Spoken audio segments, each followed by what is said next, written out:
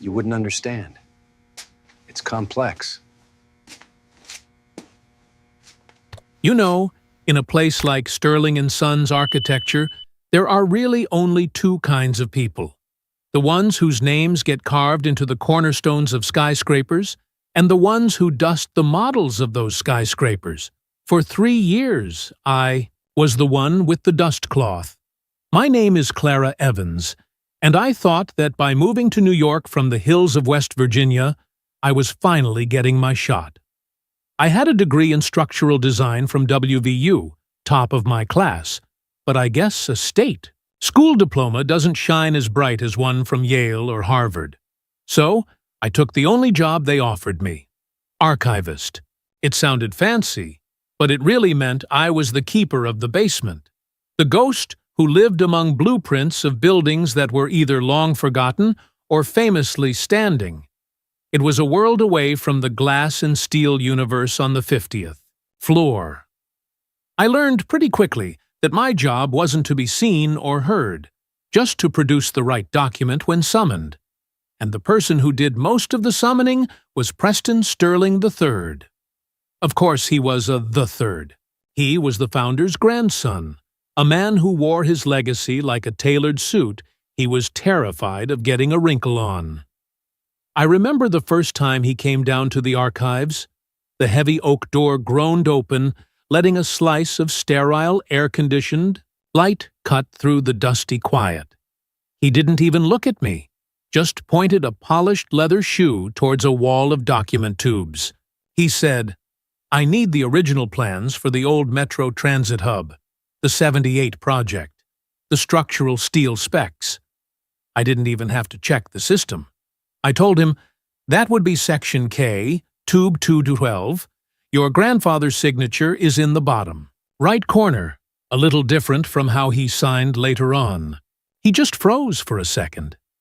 I think he hated that I knew the firm's history better than he did. He pulled out the tube, glanced at it, and then looked at me for the first time.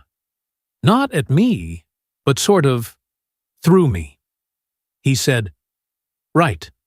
Well, see, that it gets digitized and sent up to my team. We're pitching for the Titan Tower project. Biggest thing the city's seen in 50 years. You probably wouldn't get it. It's complex." I just nodded. "Yes, Mr. Sterling. You probably wouldn't get it." Those words stung more than he could ever know.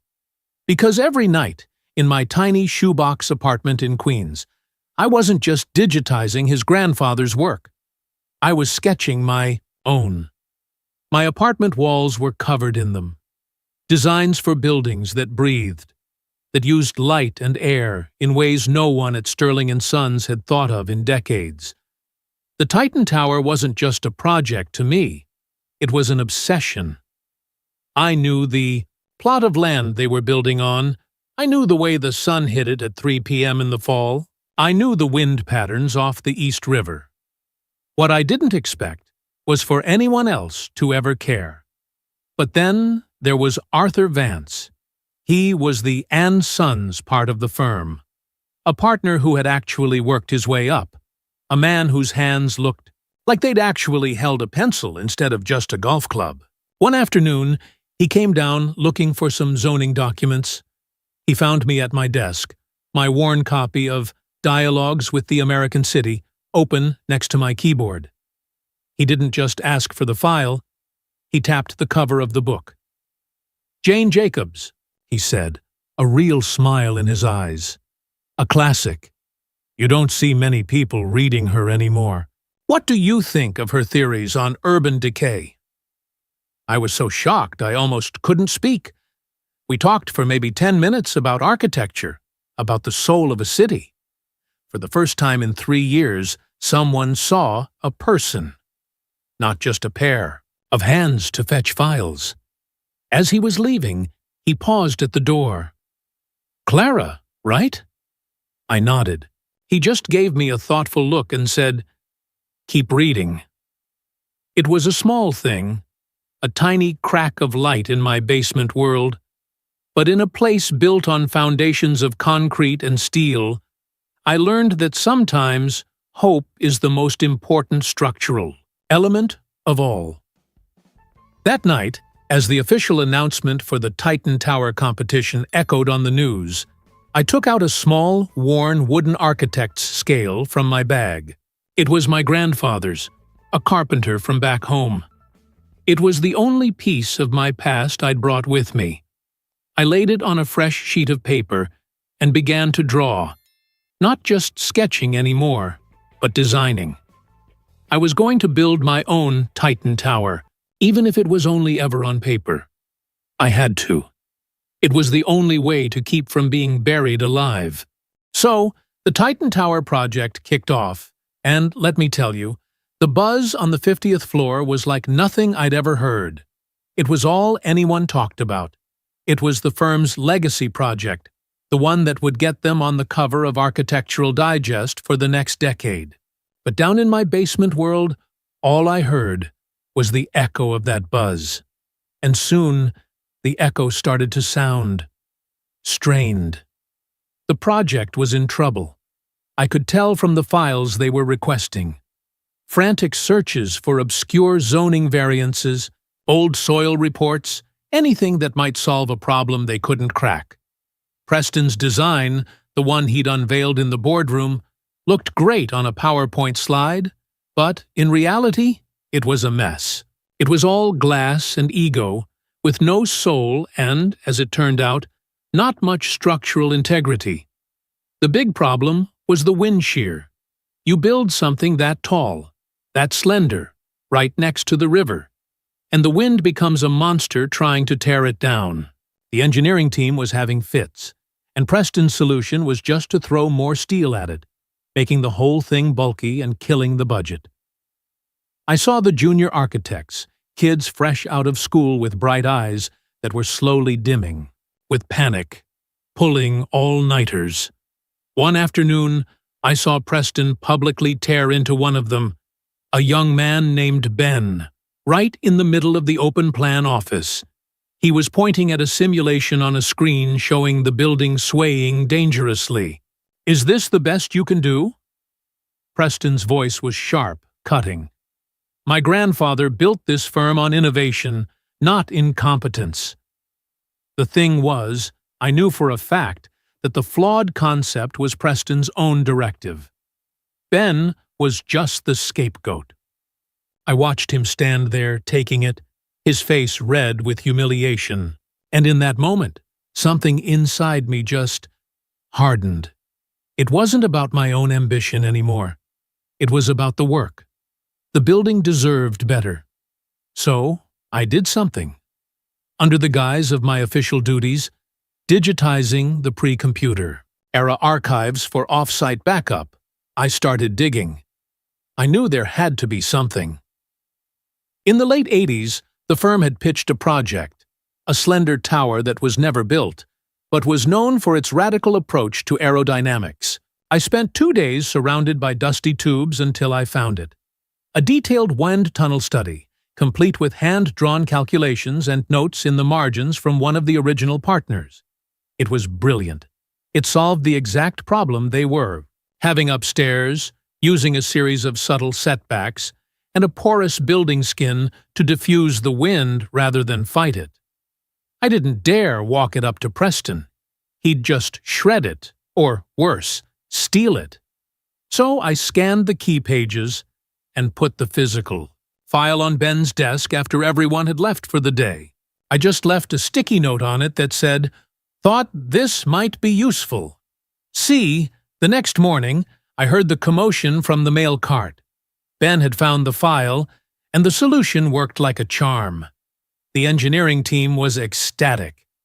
Later that day, I was dropping off some mail when I heard Preston presenting the new solution to Arthur Vance.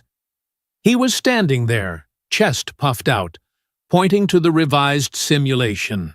As I was telling the team, he said smoothly, "Sometimes you have to look backward to move forward." It was a matter of re-engaging with the firm's foundational principles.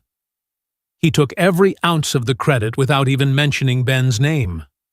I felt this hot flash of anger, but I just kept my head down and walked away. As I rounded the corner, I nearly bumped into Maria Rodriguez, the office manager. She's this tough, no-nonsense woman from the Bronx who'd been at the firm for 30 years. She saw everything. She just looked at me, then jerked her head back towards Preston's office and rolled her eyes. She leaned in and whispered, "Kid, I see you. Don't you let that silver spoon punk grind you down. You keep doing what you're doing." And then she walked off. It was maybe 10 words, but it felt like a lifeline. Someone saw me. That was the night my secret project really began. It wasn't just sketching anymore. I went out and used half my savings to buy a refurbished workstation computer, the best I could afford. It still chugged and whirred like a jet engine when I really pushed it. Every night, after a full day in the archives, I'd come home to my tiny apartment, make a pot of cheap, black coffee, and I would build. Using a student version of Revit I'd had since college, I started constructing my own Titan Tower from the ground up, bit by digital bit. My version wasn't just a building, it was a living system. It incorporated the wind diffusion technique I'd found, but I took it further, turning the porous skin into a facade of kinetic panels that could shimmer and shift with the wind, generating energy. I designed a spiraling core that allowed for green spaces on every 10th floor, a vertical park cutting through the sky. I solved the foundation issues, the light pollution, the energy consumption. My old computer would groan under the weight of the rendering, sometimes taking all night to process a single change. I'd fall asleep on my keyboard and wake up to the whir of the fan and the image of my tower, slowly coming into focus on the screen. It was my version of the American dream, not built on inheritance, but on caffeine, code, and a stubborn refusal to be invisible. I wasn't just building it to prove Preston wrong, I was building it to prove to myself that the girl from the West Virginia hills actually belonged here. A few weeks later, Arthur Vance came down to the archives again. This time, he wasn't looking for a file. He just leaned against one of the shelves, watching me work. "Clara," he said, his voice quiet. "The team has had a few breakthroughs lately. That wind study was a brilliant find. Then there was that zoning precedent you dug up that saved us weeks of work. It's almost as if you know what they need before they do." I just kept my eyes on my screen. "I'm the archivist, Mr. Vance. It's my job to know what's in the archives." He was silent for a long moment. I could feel his gaze on me. Analytical. Curious. "Yes," he finally said. "I suppose it is." But we both knew he meant something more. He knew. And as he walked away, I felt a new kind of fear, mingled with a sliver of hope. The secret was getting harder to keep. The day of the final presentation for the Titan Tower felt like the air before a thunderstorm. You could just feel the electricity, the pressure. My job for the day? Make sure the coffee was hot and the water pitchers were full in the main boardroom, on the 50th floor. I was a ghost again, gliding around the edges of the most important meeting in the firm's recent history. Invisible. The investors were there, a group of stone-faced men and one incredibly sharp woman named Evelyn Davenport, who looked like she could spot a lie from a mile away. And then there was Preston, standing at the head of the table, oozing a smug confidence that made my stomach turn. He was about to present his masterpiece. My masterpiece was on a tiny, worn USB drive attached to my apartment keys, tucked deep in my pocket. It felt as heavy as a brick. Preston started his pitch. It was all slick graphics and corporate buzzwords. Synergy, paradigm. A new vertical iconography for the 21st century. His tower appeared on the massive screen behind him, a tall, sterile glass box that looked, to me, incredibly lonely. He was getting to his grand finale when Ms. Davenport held up a hand, stopping him mid-sentence. The whole room went quiet. "Mr. Sterling," she said, her voice calm but razor-sharp. "It's a handsome design. My consultant, however, has a question." A man next to her, an older gentleman with the tired eyes of an engineer who'd seen it all, cleared his throat. He pointed to the screen with a laser pointer. "Mr. Sterling, your central core design is ambitious, but it appears to completely disregard the post-9/11 revisions to City Fire Code 4023.3 regarding super-tall structures. Your egress stairwells are bundled. A single failure point in the core would compromise every escape route. This building isn't just flawed. It's unbuildable. It's a death trap." You could have heard a pin drop. The color drained from Preston's face. I mean, he went absolutely sheet white. He started stammering, shuffling his papers. That's a preliminary rendering. My team was supposed to—" He turned on Ben, the junior architect, his voice dripping with venom. "Ben?" I thought. "You cross-referenced the latest code revisions." Ben looked like he was about to faint. He just shook his head, utterly terrified. It was a complete, catastrophic failure, happening in glorious slow motion. Ms. Davenport and her team started quietly packing their briefcases. You could feel a billion-dollar deal dissolving into thin air. The Sterling legacy wasn't being celebrated.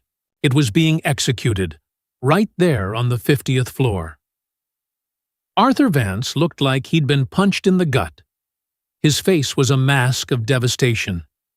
This was his life's work, his firm's reputation, turning to ash. His eyes darted around the room in pure, animal panic, looking for anything, any lifeline. And then they landed on me, standing by the coffee cart, frozen in place. The ghost. He stared at me, and I could see the wheels turning in his head. "The ITU book, the files, our conversation." It was the longest of long shots, a Hail Mary pass from a quarterback about to be sacked. His voice cut through the suffocating silence. "Ms. Evans." Every single head in the room swiveled to look at me. The archivist, the coffee girl. Preston let out a short, hysterical laugh. "Arthur, for God's sake, what are you doing?" "She files the paperwork." But Arthur's eyes were locked on mine, pleading. "Clara," he said, his voice quieter now, desperate. "Do you have anything?" My heart was hammering against my ribs so hard I thought it would break through. I felt a hand on my arm. It was Maria.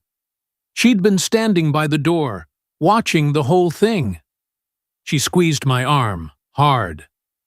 "This is it, kid," she whispered fiercely. "Go get what's yours." And I moved. I don't even remember deciding to. My feet just started walking towards the front of the room. I could feel Preston's glare burning into me. I reached into my pocket and pulled out my keys. The little USB drive dangled from the ring. It looked so small, so insignificant. I walked, past Preston, slid it into the port on the laptop, and clicked open a single file. CT Final Model CE. For a second, nothing happened. Then, my tower loaded onto the screen. The room let out a collective gasp. It wasn't a box. It was alive.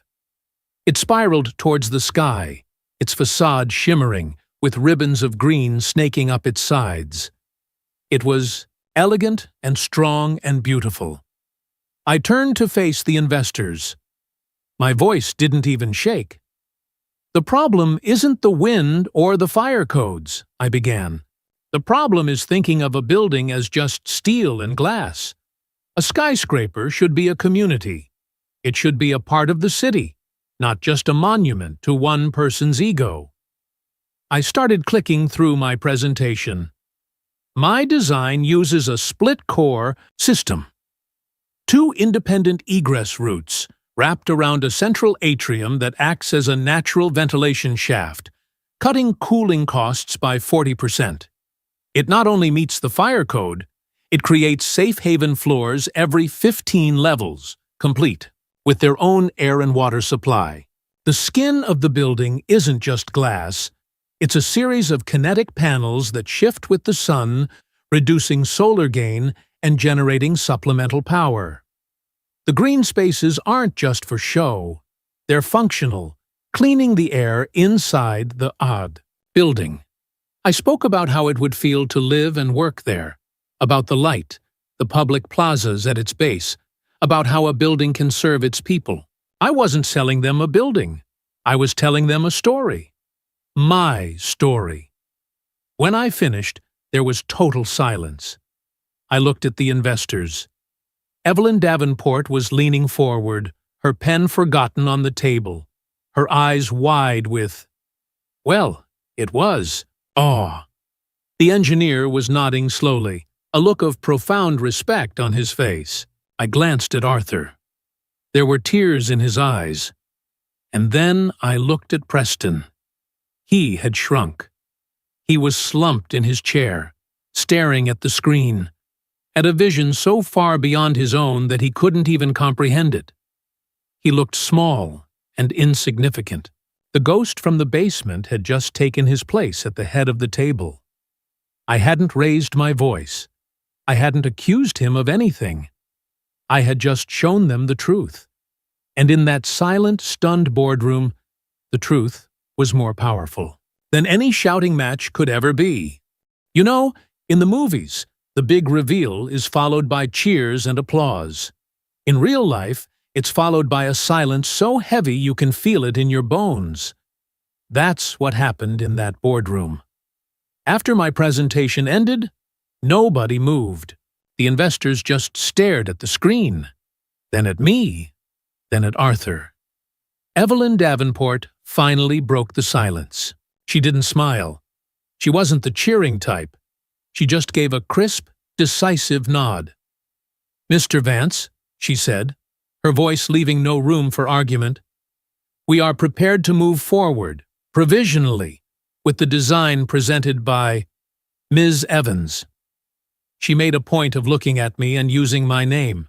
"This is, however, contingent on a complete and immediate restructuring of the project's leadership. We'll await your revised proposal by end of day." And just like that, they stood up and walked out. They didn't shake my hand. They didn't need to. They had just handed me the keys to the kingdom and the bomb to blow up the old one.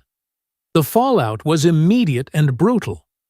As the door closed, the spell broke. The other partners started talking in hushed, frantic tones. No one looked at Preston. He was toxic, a radiation zone. He just sat there, staring at his useless notes, his face the color of old paper. The walk from the boardroom back to the main office area was the longest walk of my life. People who had looked through me for 3 years were now staring at me, their faces a mix of terror, awe, and flat-out confusion. I didn't feel triumphant. I just felt numb, like I had stepped off a cliff and hadn't hit the ground yet. I went back to my basement. It was the only place that felt real. About an hour later, Maria came down. She handed me a cup of tea. "Arthur's in his office making the call," she said. I knew exactly which call she meant. There was only one person who could truly handle Preston. His grandfather. Preston Sterling Sr., the legend, the man who actually built the firm. He was 90-something now, living in a big house in Palm Beach, but his word was still gospel. Maria told me later that Arthur didn't even have to explain much. He just said there had been an incident with the Titan pitch and emailed him the recording of the meeting. 10 minutes later, the call came for Preston. He had to walk through the entire office to get to Arthur's room to speak with his grandfather. It was like a walk of shame. I was upstairs dropping off a file when he came out. He looked broken. Not angry, just hollowed out. He didn't just lose a project, he lost his name. He lost the third. He walked right past me, didn't even see me, and went to his corner office. He packed a small box of personal things and was gone within the hour. No goodbye, no dramatic exit. He just vanished, like a ghost. Then Arthur called me up, to his office, the one with the sweeping view of the city, the one I had only ever seen from the doorway. He looked exhausted, but there was a light in his eyes I hadn't seen before. "Clara," he said, gesturing for me to sit in the chair opposite his desk. "The client chair. I owe you an apology. Not just for today, but for the last 3 years. I saw a spark in you, but I never looked hard enough. I was part of the system that kept you hidden." He was right, and the fact that he admitted it meant everything. The board, in agreement with my father, he meant Sterling Sr., has approved Ms. Davenport's terms. The Titan Tower project is yours to lead. You will be this firm's newest senior architect. I just sat there, letting the words sink in. Senior architect. It didn't feel real. The next morning, they moved my things out of the basement. They offered me Preston's old corner office, the one with the private bathroom and the big, empty desk. I said no. I asked for a smaller working office right in the middle of the design floor, with a big table and glass walls. I wanted to be in the middle of the work, not floating above it. As I was setting up my new space, Ben, the young architect Preston had humiliated, walked up to my door. He looked nervous. "Clara," he said, I'm sorry." I knew he was taking ideas from your files. I saw the notes you left. I should have said something. His apology felt real, not like someone trying to get on the new boss's good side. I looked at him, at the talent and exhaustion in his eyes. "You've got nothing to be sorry for, Ben," I told him, "but I do have a question for you. I need a project manager, a number 2 who actually knows the guts of this thing. Someone I can trust. Are you in?" The relief that washed over his face was all the answer I needed. That was my first decision as a leader. Not to punish the old guard, but to lift up the ones who had been pushed down with me. That evening, after everyone had gone home, I stood alone in my new office. The whole city skyline was spread out before me, twinkling as the sun went down. It was the exact view I used to dream about from my tiny apartment window. I reached into my bag and took out my grandfather's old wooden architect's scale. It was worn smooth from years of his hands measuring and building things back home. Barns, houses, a community center. Real things for real people. I placed it in the center of my new, clean desk. It was the only thing I'd brought with me from the basement. It was a reminder of where I came from, and a promise to myself about the kind of architect I was going to be. It's funny what can change in a year. A year ago, I was living in a basement, a ghost surrounded by the dreams of dead architects. Today, I'm standing on the 60th floor observation deck of the building next door, looking down at the foundation of my own. The Titan Tower isn't just a digital model on my beat-up computer anymore. It's real. It's a massive, gaping hole in the ground, a wound in the earth that's slowly being filled with steel and concrete, and the promise of something new. From up here, the construction workers look like ants, but I know their names. I know the rhythm of the cranes and the roar of the cement trucks. Those aren't just noises to me. They're the sound of my blueprint coming to life. The firm is different now, too. The air on the 50th floor is lighter somehow. It's less about where you went to school and more about the work you put on the table. We're hiring kids from state schools, from community colleges, kids with fire in their bellies instead of a trust fund in their pockets. And Ben, my number 2, is turning into one of the sharpest project managers in the city. Watching him lead a team meeting with a confidence I never saw under Preston, well, it's one of the things I'm most proud of. As for Preston, I hear he's working for his father-in-law's real estate firm out in Chicago. Not designing, just selling. I don't feel anger when I think of him anymore. I mostly just feel a kind of pity. He was born on top of a mountain and never learned how to climb. But the thing that really gets me, the thing that makes it all feel real, happened last week. Arthur and I officially launched the foundation we'd been planning. He insisted on the name, the Sterling and Evans Foundation for American Design. He said the firm needed to stand for what it is now, not just what it used to be. Our first scholarship recipient is a young woman named Maya.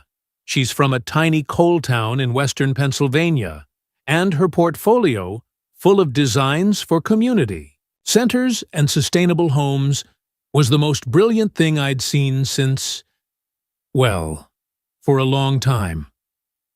I sat with her during the interview, and I saw the same hunger in her eyes that I used to see in my own reflection. She was terrified and talented, and trying so hard to prove she belonged. At the end of our conversation, I told her, "Your voice matters.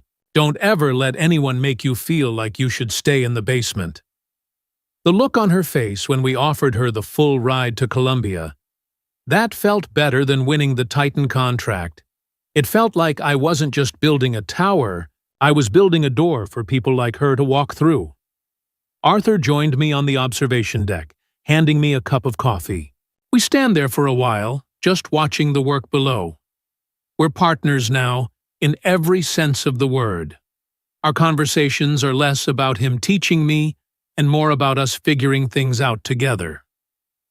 "She reminds me of you, you know," he said quietly, looking out at the city. "Maya, that same quiet fire." I just smiled. "She's better. She's starting from a higher place." He shook his head.